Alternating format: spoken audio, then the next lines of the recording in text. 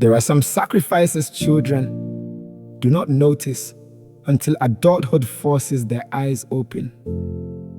Some sacrifices are so quiet, so ordinary, that they hide inside everyday routines, inside the sound of a spoon scraping a pot, inside a mother saying, "I'm not hungry," inside the habit of somebody always eating last. My mother's name was Adaeze, but in our compound, many people called her Mama last. Not because she was slow, not because she was lazy, but because no matter what happened in the house, no matter how small the food was, she always made sure everybody else ate before her. As children, we thought it was normal. When rice was shared, she would smile and say, "Give the children first." When stew became too small, she would laugh softly and say, "I already tasted enough while cooking." When only one piece of meat remained, she pushed it onto our plates and said, "Meat is too hard for my teeth these days." And because we were children, we believed her. Children rarely know when love is lying to them for their own comfort. My father died when I was 7 years old. One sickness, one burial, and suddenly my mother became both parents overnight. 4 children, unpaid rent, school fees, electric bills, and a small tray of tomatoes she carried on her head to the market every morning.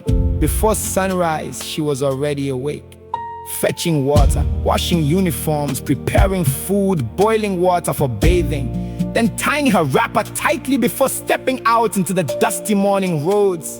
Sometimes she returned home with enough money to cook properly. Sometimes she returned home with only exhaustion in her eyes, but somehow, food always appeared on our plates. Maybe not luxury, maybe not enough to satisfy us completely, but enough to keep us alive. Gari and sugar, rice without meat, beans with too much water, bread and tea on lucky mornings. And anytime we complained, my mother always smiled and said, "One day, my children will eat whatever they want." We laughed whenever she said it. We did not notice she was becoming thinner every year. We did not notice her wrappers becoming loose around her waist. We did not notice she drank water slowly after serving us, as though water could replace food. That is the dangerous thing about sacrifice.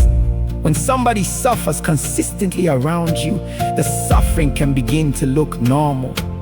Years passed. My elder sister entered secondary school. My younger brothers became taller. I gained admission into the university, and somehow, every step we took forward in life seemed to pull something out of my mother's body. In the morning, she sold tomatoes. In the afternoon, she washed clothes for wealthier families. Some weekends, she helped cook at a roadside canteen. Yet every night, no matter how tired she looked, the first thing she asked was always the same. "Have my children eaten?" Not, "How am I going to survive?" Not, "Who will help me?" Only, "Have my children eaten?" And maybe that was the first warning life gave us. Because sometimes, the people constantly checking if everybody else is okay are the very people nobody's checking on. One December, I returned home from school and noticed something strange. My mother looked smaller, not older, smaller. As though life itself had been feeding on her quietly. Her cheekbones stood out sharply.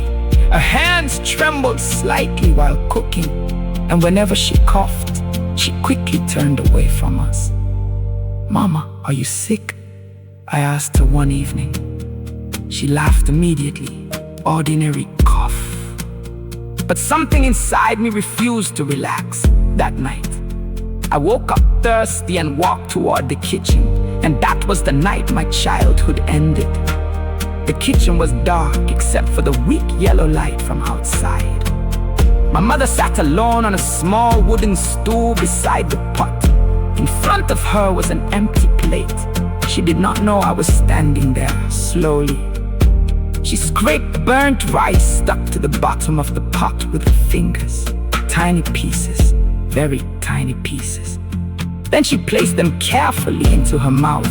Afterward, she drank water and closed her eyes, as though she was trying to convince her stomach it had eaten enough. In that moment, I finally understood something painful. My mother was not eating last. My mother was barely eating at all. The next morning, I confronted her. "Mama, when did you eat yesterday?" Immediately she laughed. What kind of question is that? But this time, I did not laugh with her. "Mama, answer me." She looked away. "My son, don't start what will make me angry." But I had already started noticing.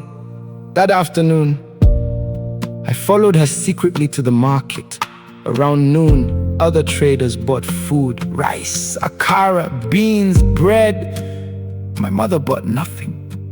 She simply sat beside her tomatoes, drank water from an old bottle, and continued working. Then another woman asked her, "Mama Adaeze, you never chopped today?"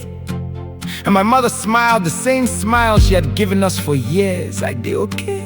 That sentence broke me, because suddenly I realized how many suffering people hide behind those 3 words. "I did okay." No, she was not okay. That evening, while stirring soup, my mother collapsed. The spoon fell first, then her body followed.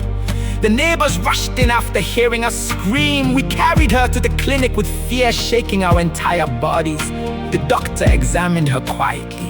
Then he asked, "How long has she been eating poorly?" Nobody answered. "How long has she been weak?" Still nobody answered. Then he looked directly at us and said words I will never forget. "Your mother's body has been starving for a long time." Starving. The word entered the room like judgment.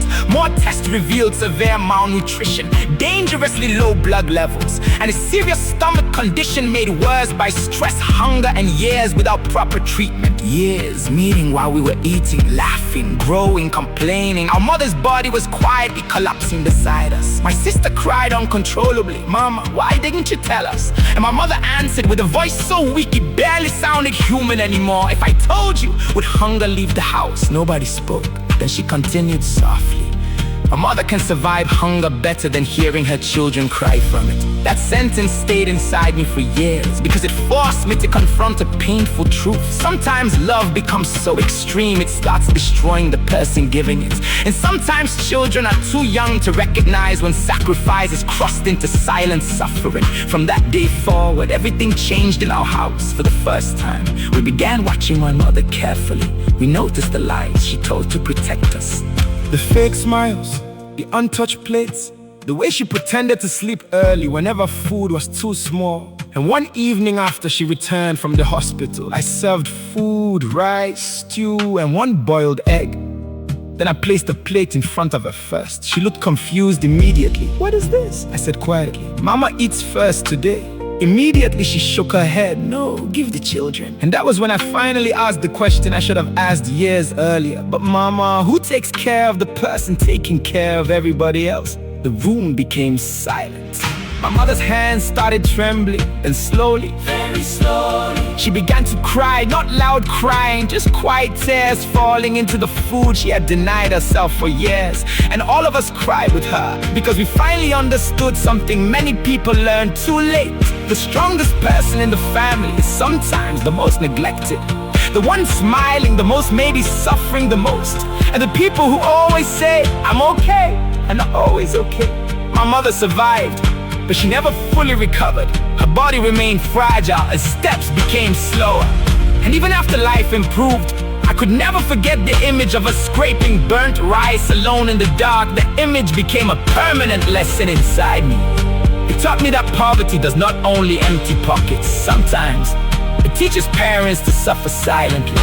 It teaches mothers to hide pain behind smiles. It teaches children to mistake sacrifice for normality. So today, whenever food is placed before me, I remember my mother. And I ask myself questions many people should ask before it becomes too late. Who in your family is secretly suffering while pretending to be strong? Who always sacrifices first whenever life becomes difficult? who keep saying, I'm okay, even when their body is slowly breaking down. And if your mother always eats last, has anybody checked whether she truly eats at all?